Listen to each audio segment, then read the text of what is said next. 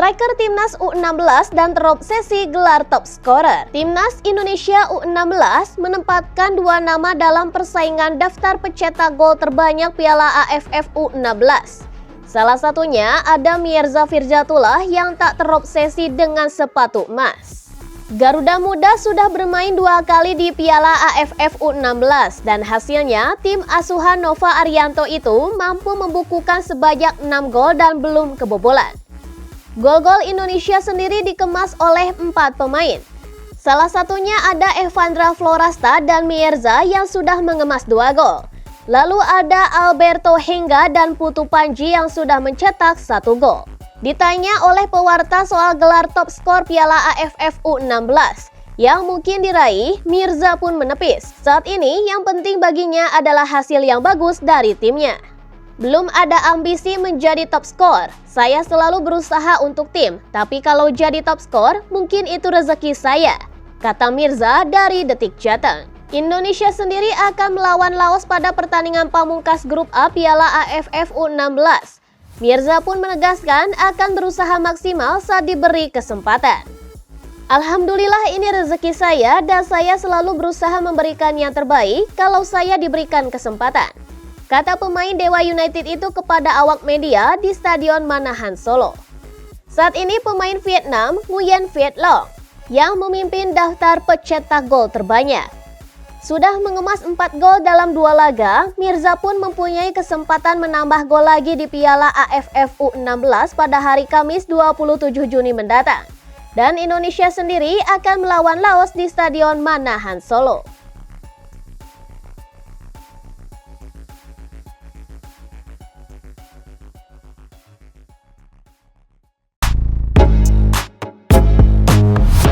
Peluang Justin Mathieu isi lini depan Timnas Indonesia.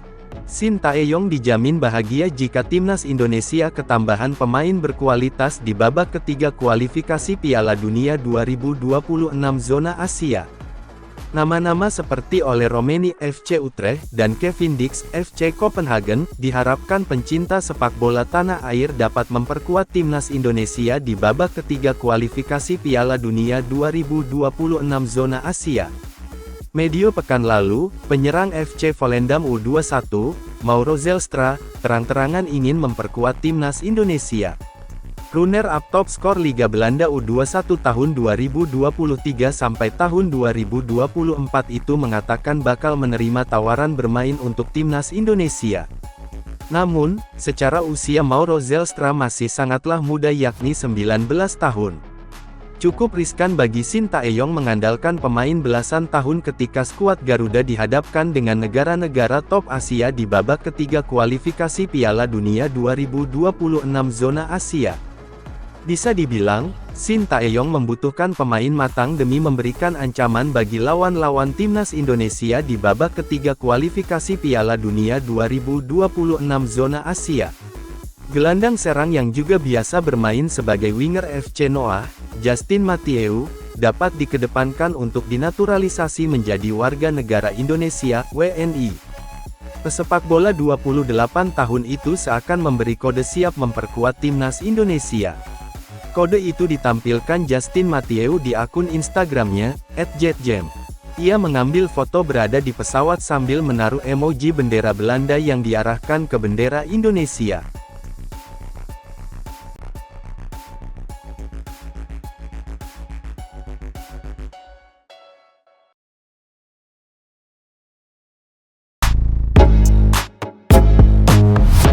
Rumput GBK ditanam ulang demi laga Timnas Indonesia. Pengelola Stadion Utama Gelora Bung Karno atau SUGBK Jakarta akhirnya melakukan perbaikan kualitas rumput usai 2 laga Timnas Indonesia pada bulan Juni 2024. Saat itu Timnas Indonesia tengah menghadapi Irak dan Filipina pada 2 laga pamungkas ronde kedua kualifikasi Piala Dunia 2026 zona Asia.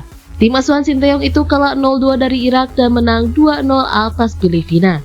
Hasil tersebut membuat tim Garuda lolos ke ronde ketiga kualifikasi Piala Dunia 2026 zona Asia. Kualitas rumput SUGBK pada 2 pertandingan itu jadi sorotan publik. Pasalnya, sejumlah titik di lapangan SUGBK mengalami kerusakan. Alhasil, para pemain tidak leluasa mengalirkan bola. Selain itu, para pemain juga mengalami resiko cedera lebih besar di lapangan tersebut. Salah satu momen yang paling diingat saat gol pertama timnas Indonesia laga lawan Filipina yang dicetak oleh Tom Haye. Tom Haye saat itu ingin selebrasi knee slide yang biasa dilakukan di SC Heerenveen. Namun selebrasinya gagal karena kedua lututnya mengalami luka. Beruntung, timnas Indonesia setidaknya tidak akan memakai Stadion Utama Gelora Bung Karno usai dua laga tersebut pada laga pertandingan perdana ronde ketiga. Pada bulan September 2024 mendatang, pertandingan kandang perdana timnas Indonesia akan dipindah ke Stadion Gelora Bung Tomo, Surabaya. Laga kandang terdekat berikutnya dari timnas Indonesia bakal terjadi pada Oktober 2024. Waktu 4 bulan dipakai oleh manajemen stadion untuk merevitalisasi ulang rumput GBK. Hal ini diketahui dari postingan akun love_gbk di Instagram. Saat ini sedang dilakukan pekerjaan revitalisasi lapangan Stadion Utama GBK atau SUGBK sebagaimana telah GBK lakukan pada tahun 2022 dalam rangka menyambut Piala Dunia U20 tahun 2023. Tulis love_gbk.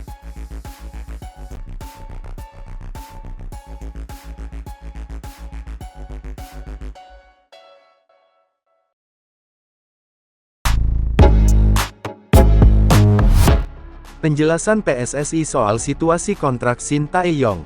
Exco PSSI, Arya Sinulinga, mengungkapkan soal situasi kontrak Shin Tae-yong (STY) bersama Timnas Indonesia. Arya menjelaskan, STY belum membubuhkan tanda tangan kontrak anyar dari PSSI sejatinya karena tengah sakit. Di samping itu, Arya juga berbicara mengenai isu soal Shin Tae-yong dilirik untuk menjadi pelatih baru Korea Selatan. Pria berumur 53 tahun itu menjelaskan, kabar Shin Tae-yong ingin direkrut Federasi Sepak Bola Korea Selatan KFA tak benar. Sudah dikatakan oleh Pak Ketum, Erick Thohir, lagi sakit. Tolong tidak perlu banyak asumsi, kata Arya kepada awak media, termasuk Kompas.com di GBK Arena pada Selasa tanggal 25 Juni tahun 2024. Dari KFA belum ada resmi mengatakan kalau mereka tertarik Shin Tae-yong, belum ada, ini sedang sakit, lanjutnya. Lebih lanjut, Arya mengatakan, pelatih Korea Selatan itu sudah menyetujui klausul kontrak yang diberikan PSSI. Staf khusus Menteri BUMN itu lalu mengungkapkan Shin Tae-yong tinggal menandatangani saja kontrak dari PSSI. Ketika kami berbicara, harus tahu kontrak bisnis.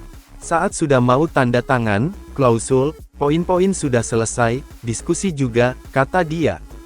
Kecuali Pak Erick mengatakan, kontraknya masih berproses, itu berarti masih negosiasi, ini tinggal tanda tangan kata Pak Erick, tuturnya. Pak Erick mengatakan kalau ada yang tertarik apa boleh buat, tetapi yang pasti dari sisi bisnis PSSI sudah melakukan semua, lanjut dia.